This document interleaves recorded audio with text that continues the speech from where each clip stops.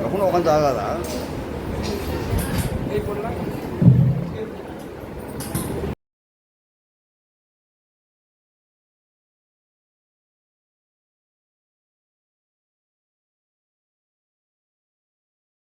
ಎಂಬ ಶಬ್ದಕ್ಕೆ ತಪ ಆಲೋಚನೆ ಎಂದು ಅರ್ಥ. ತಪ ಆಲೋಚನೆ ಅಂದ್ರೆ ಪರಮಾತ್ಮನಲ್ಲಿ ಸತತವಾದ ಜ್ಞಾನವನ್ನು ಪಡೆಯುವುದು. ಜ್ಞಾನ ಅಂದಾಗ ಸಾಮಾನ್ಯವಾಗಿ ಎರಡು ವಿಧವಾದಂತಹ ಜ್ಞಾನ ಇರುತ್ತೆ.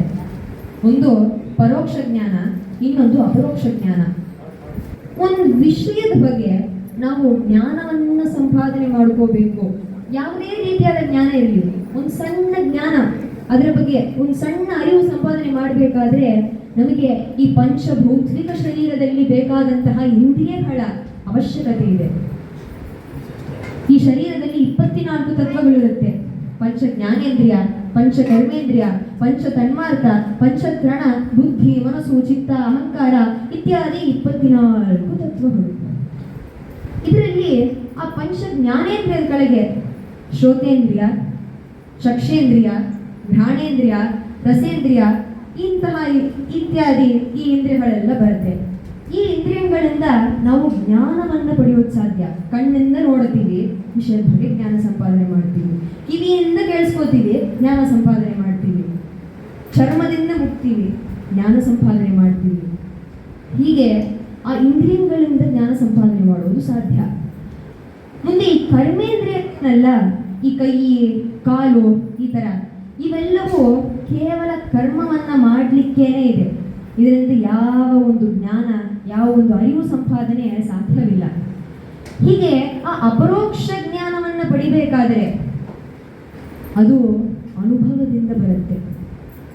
ಪರಮಾತ್ಮನನ್ನ, ನಮ್ಮ ಸ್ವರೂಪದ ಒಳಗಿರುವ ಆ ಬಿಂಬರೂಪಿ ಪರಮಾತ್ಮನನ್ನ ಕಣ್ಣಿಂದ ನೋಡಿ ಅನುಭವದಿಂದ, ಪರಮಾತ್ಮನನ್ನ ಮುಟ್ಟಿಸಿ ಅನುಭವದಿಂದ, ಪರಮಾತ್ಮನ ಧ್ವನಿಯನ್ನು ಕೇಳಿಸಿ ಅನುಭವದಿಂದ. ಇವಾಗ ಒಂದು ಪ್ರಶ್ನೆ, ನಮ್ಮೆಲ್ಲರಿಗೂ ಇರೋ ಜ್ಞಾನ ಎಂತಹ ಜ್ಞಾನ? ಪರೋಕ್ಷನ ಅಪರೋಕ್ಷನ? ಪರೋಕ್ಷ ಜ್ಞಾನ. ಪರಮಾತ್ಮ ಶಬ್ದಜನ್ಯ ಜ್ಞಾನ ವಿಷಯ ಅಂದ್ರೆ ನಾವು ಎಲ್ಲೋ ಕೇಳಿರ್ತೀವಿ ಗುರುಗಳ ಮುಖಾಂತರ ಅಥವಾ ಭಗವದ್ ಭಕ್ತರ ಮುಖಾಂತರ, ಪರಮಾತ್ಮ ಸರ್ವೋತ್ತಮನು, ಇವನು ಶ್ರೀಯಪತಿಯಾದವನು, ಸರ್ವ ಮಂಗಳವಾದವನು ಅಂತ ಕೇಳಿಸ್ಕೊಂಡು ನಮಗೆ ಪರಮಾತ್ಮನ ಬಗ್ಗೆ ಗೊತ್ತಿದೆಯೇ ಹೊರತು ನಾವು ಪರಮಾತ್ಮನನ್ನ ನಿಜವಾದ ಸ್ವರೂಪವನ್ನ ಕಣ್ಣಾರೆ ಕಾಣಲಿಲ್ಲ, ನಿಜವಾಗಿ ಪರಮಾತ್ಮನನ್ನ ನಾವು ಮುಟ್ಲಿಲ್ಲ. ಈ ತರ ನಾವು ಪರಮಾತ್ಮನಲ್ಲಿ ಅಪರೋಕ್ಷ ಜ್ಞಾನ ಪಡೆದಿಲ್ಲ. ಹೀಗೆ ಈ ಜ್ಞಾನವನ್ನ ಸಂಪಾದನೆ ಮಾಡಿ ಒಂದು ವ್ಯಕ್ತಿಯ ಬಗ್ಗೆ ಚೆನ್ನಾಗಿ ತಿಳಿದು ತಿಳಿದು ತಿಳಿದು ತಿಳಿದು ಏನಾಗತ್ತೆ, ಆ ವ್ಯಕ್ತಿಯ ಮೇಲೆ ಒಂದು ಸ್ನೇಹ ಹುಟ್ಟುತ್ತೆ. ಆ ಪರಮಾತ್ಮ ಇಂತಾದವನು ಅಂತ. ಪರಮಾತ್ಮನ ಸರ್ವೋತ್ತಮತ್ವ, ಗುಣಪರಿಪೂರ್ಣತ್ವ, ದೋಷದೂರತ್ವ, ನಿರ್ದುಷ್ಟತ್ವ, ಅನಂತ ಜ್ಞಾನ ಪರಿಪೂರ್ಣತ್ವ ಇತ್ಯಾದಿ ವಿಷಯಗಳೆಲ್ಲದ ಬಗೆಯು ನಾವು ತಿಳ್ಕೊಂಡು ಪರಮಾತ್ಮನ ಮೇಲೆ ಒಂದು ಸ್ನೇಹ ಹುಟ್ಟುತ್ತೆ.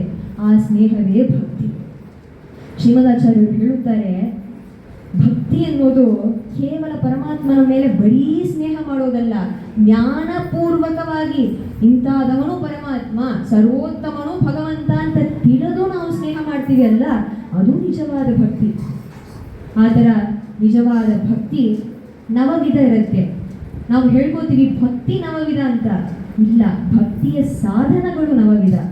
ಶ್ರವಣೋ ಕೀರ್ತನಂ ವಿಷ್ಣು ಸ್ಮರಣೋಪಾದ ಸೇವನಂ ಅರ್ಚನಂ ವಂದನಂ ದಾಸ್ಯಂ ಸಖ್ಯಂ ಆತ್ಮನಿವೇದನಂ.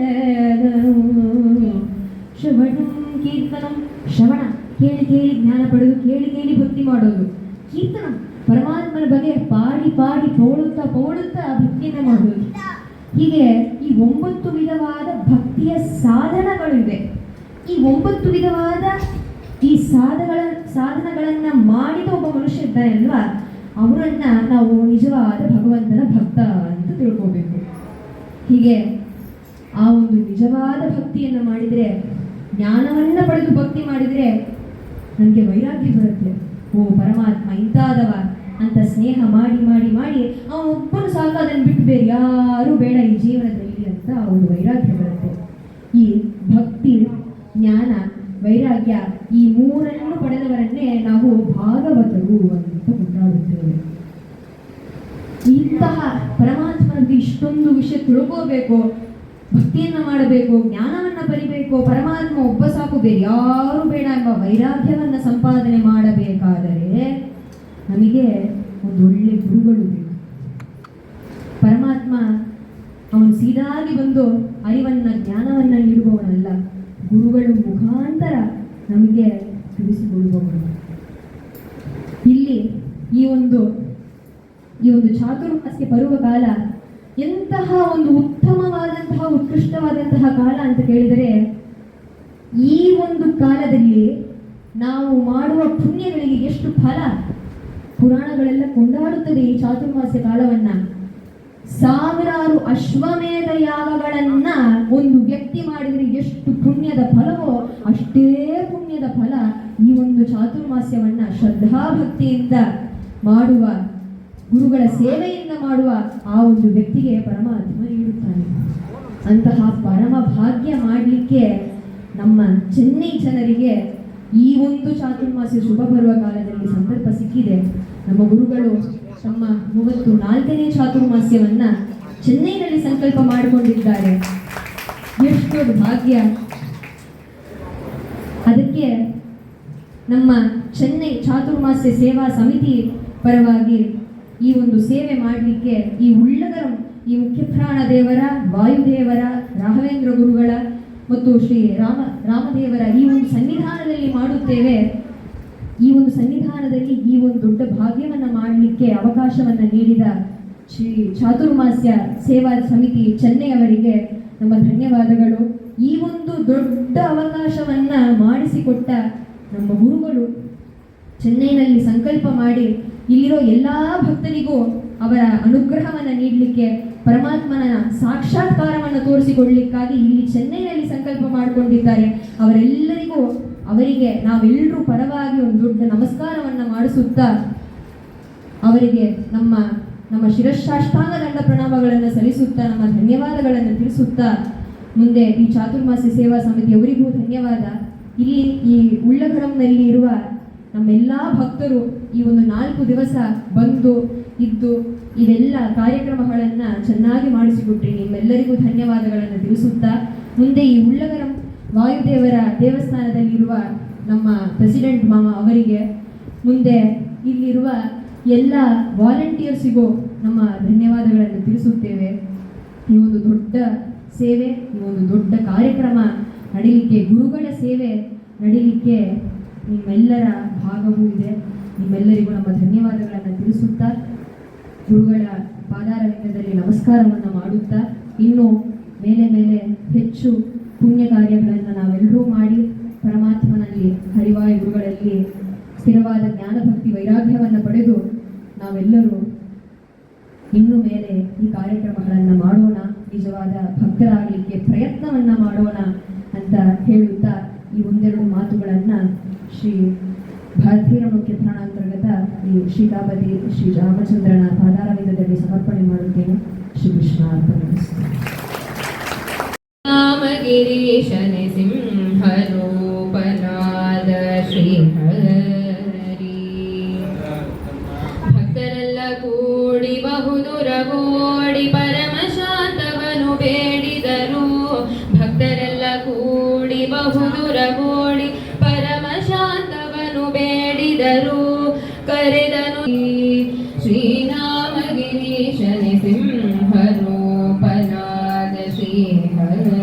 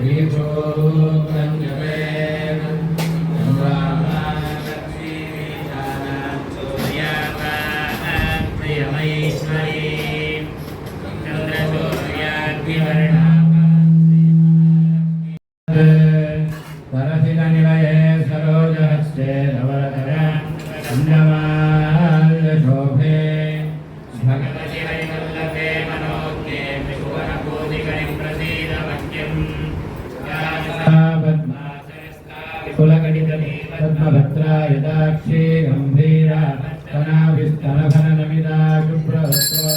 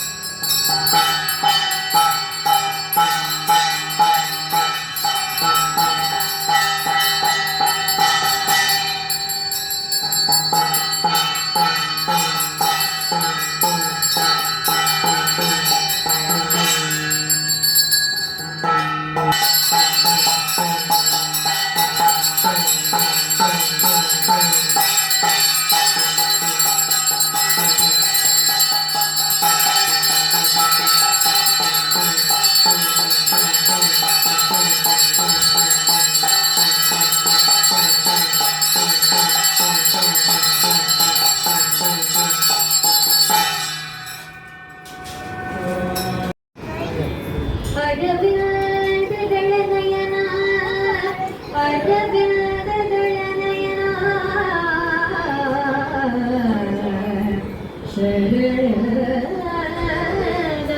ಕಾಯ್ವ ಶರಣರವರ ಕಾಯ್ವ ಕರುಣಾ ಸಾಗರ ಕರುಣಾ ಸಾಗರ ಕರುಣಾ ಸಾಗರ ನೋಮ ಕರುಣಾ ಸಾಗರ ನೋಮ ಪುನರ ವಿಠಲ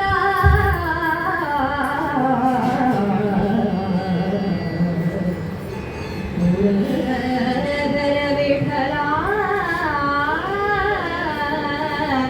ಕರುಣಾ ಸಾಗರ ಕರುಣಾ ಸಾಗರ ನೋಮ ಪುನರ ವಿಠಲ ಪುನರ ವಿಠಲ